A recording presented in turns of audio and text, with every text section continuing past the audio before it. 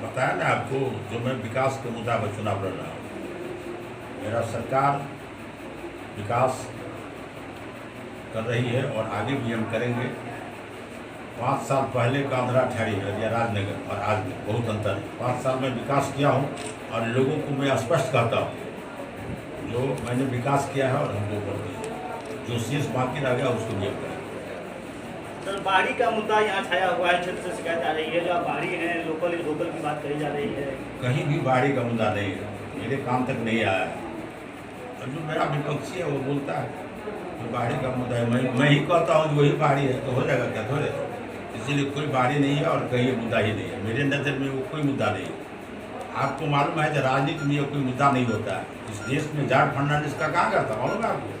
शरद यादव का कहाँ करता? और ये बिहार से आकर के नेता बन के गए, वो बाहरी थे। राजनीति में बाहरी और लोकल कुछ नहीं होता, इसीलिए वहाँ कहीं कोई इस तरह का चर्चा नहीं।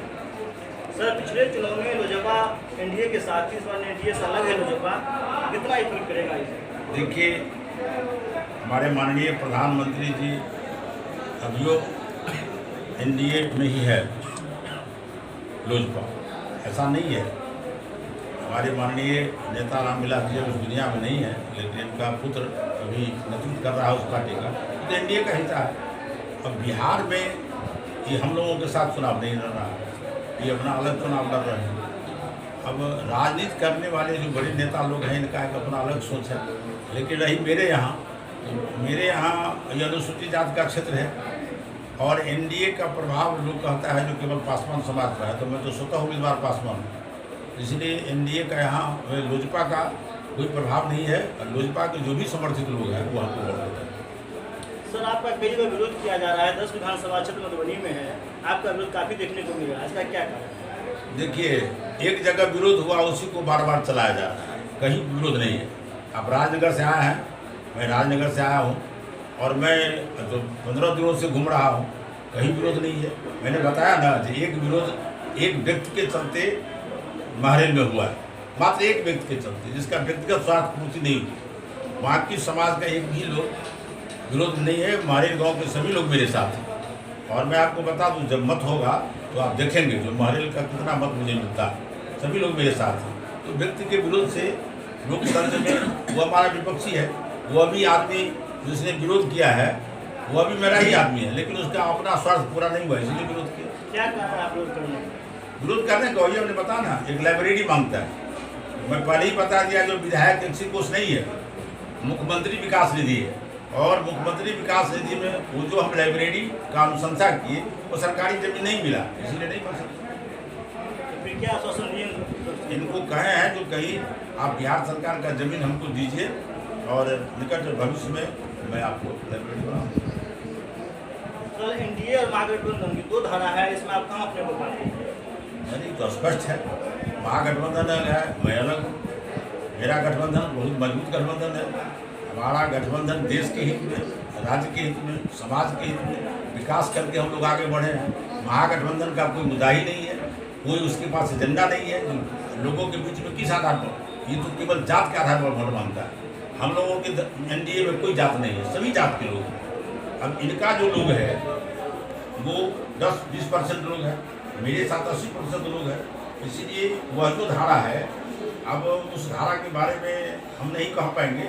ये धारा बिहार को विनाश के कगार पर पहले भी रखा है और आज भी इसका सोच है। हम लोग विकास के मुद्दा पर है, विकास कर रहे हैं। तो लोजपा के द्वारा प्रधानमंत्री जी का पोस्टर लगाया जा रहा है, आप आला कमान इसका विरोध कर रहा है, इससे क्या कहना चाहिए? देखिए, कुछ बात ऐसे है जो मेरे स्तर का नहीं है।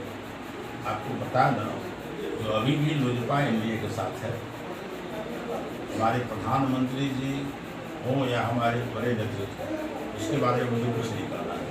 और जो पोस्टर लगाता है वो बड़े लोगों का बात है, मैं उसको कुछ नहीं करता। एक व्यक्ति का वीडियो वायरल हो रहा है, ये महरेल विद्वान की धरती रही है और मैं 2007 से यहाँ जाता हूँ। यहाँ एक व्यक्ति जिसको पुस्तकालय के लिए कहा गया था हमको, जिसने विरोध किया, वो कहा कि जो पुस्तकालय बनाएगी।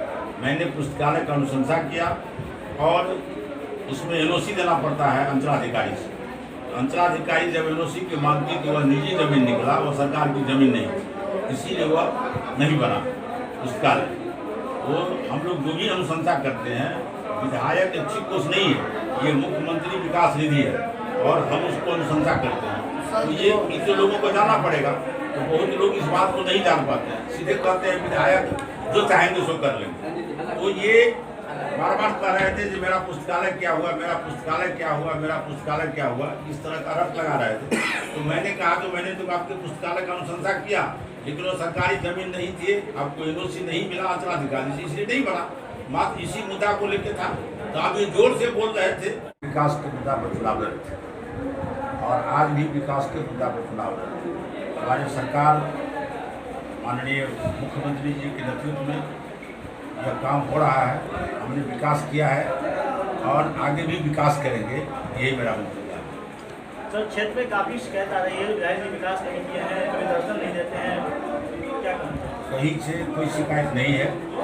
जो मेरे विपक्षी हैं वो तो शिकायत करेंगे ही, उनका काम है शिकायत करना। लेकिन जो मेरा वोटर है, मैंने विकास किया। मैं आपको बता दूं, जो 99% 95% मैंने 99% बिजली का काम कराया गाँव में, और 95% सड़क का काम कराया। जो भी सड़क एक आध कहीं आपको मिल रहा है जो गड़बड़ है, तो उस सड़क को भी सरकार के स्तर से स्वीकृत है, ठेकेदार अलाउड है। केवल कोरोना के चलते वो काम नहीं हुआ। तो जब हम चुनाव लड़ने के लिए यहाँ आए थे, तो उस समय में यहाँ के मतदाताओं का मुख्य मांग था सड़क और बिजली, और दो और मांग था, एक तो पलार में स्विस गेट और रेफरल अस्पताल, और हमने उस चारों काम को किया। इसलिए विकास के हमने यहाँ विकास किया है, और जो मेरे मतदाता है वो मेरे साथ। 2015 में इस बार के समीकरण में साफ अलग है, यहाँ देखिए अनुसूचित जाति का क्षेत्र, सभी अनुसूचित जाति के लोग खड़ा है। यहाँ लोजपा का कोई जनाधार नहीं है, कोई नेतृत्व नहीं है मेरे विधानसभा में। और मैं भी लोजपा, जब पासवान की पार्टी है तो मैं भी पासवान हूँ। इसलिए हम एनडीए गठबंधन के भाजपा के उम्मीदवार हैं, और ये सभी जो लोजपा के साथी हैं वो मेरे साथ हैं। कितना इफेक्ट करेगा सर? इस बार नहीं है आपके साथ में, आप पासवान बताया, आप पासवान हैं, सुरक्षित सीट राजनगर है, कितना इफेक्ट करेगा नहीं रहने से? और तो दिया आपको जो कोई इफेक्ट नहीं है। जितने भी पासवान समाज के लोग हैं, उसका 80% वोट हमको मिल रहा है, और विगत चुनाव से मैं भारी मत से यहाँ जीत रहा हूँ। कोई इफेक्ट नहीं। तो प्रतिद्वंदी सर महागठबंधन, आपके प्रतिद्वंदी महागठबंधन के हैं? मेरे प्रतिद्वंदी जो हैं वो पहले भी हमसे चुनाव लड़ चुके हैं। जिस समय में हमारे मित्र दल के जदयू के साथी मेरे साथ नहीं थे, इनके साथ थे, तब तो वो चुनाव हारे, और अभी वो मेरे साथ हैं। जदयू के साथी मेरे साथ हैं, प्लस मेरा एक और मैंने विकास किया है।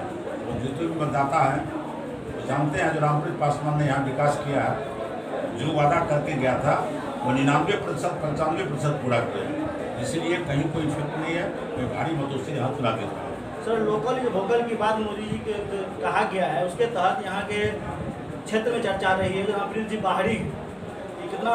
देखिए, मोदी जी का लोकल और वोकल दूसरा चीज़ है, उसको इसके साथ आप अटैच नहीं करें। ये जो लोकल है तो मैं भी राजनगर का लोकल हूँ, इसीलिए यह कोई मुद्दा नहीं है। यदि कोई बोलता है तो 1% लोग उस बात, परसेंट भी नहीं, 1 लोग चर्चा करते हैं। देखिए, ये चुनाव जो राजनीति का है वो धारा का चुनाव है। इस देश को बचाना है, इस राज्य को बचाना है, 15 साल के कुशासन से बचाना है। इसीलिए यहाँ लोकल का कोई सवाल नहीं है, यह कहीं से नहीं कोई लोग बोल रहा है। इसलिए ये लोकल नहीं है, मैं भी लोकल हूँ, मैं भी इसी क्षेत्र का बेटा हूँ, कहीं दूर का नहीं हूँ। इसलिए इसी आधार पर ये लोकल का कोई आधार नहीं है। मैं पहले भी चुनाव जीता हूँ और फिर इस बार चुनाव जीता। जी, साफ तौर पे रामप्रीत पासवान जी है, इनका कहना है यहाँ लोकल मोदी का दूसरा है, लेकिन क्षेत्र में कार्यकर्ताओं पर साफ तौर पे इनके खिलाफ काफी गुस्सा दिखा जा रहा है। 5 साल इन्होंने निवर्तमान विधायक यहाँ के हैं। मानस को कोई विरोध वहाँ नहीं था।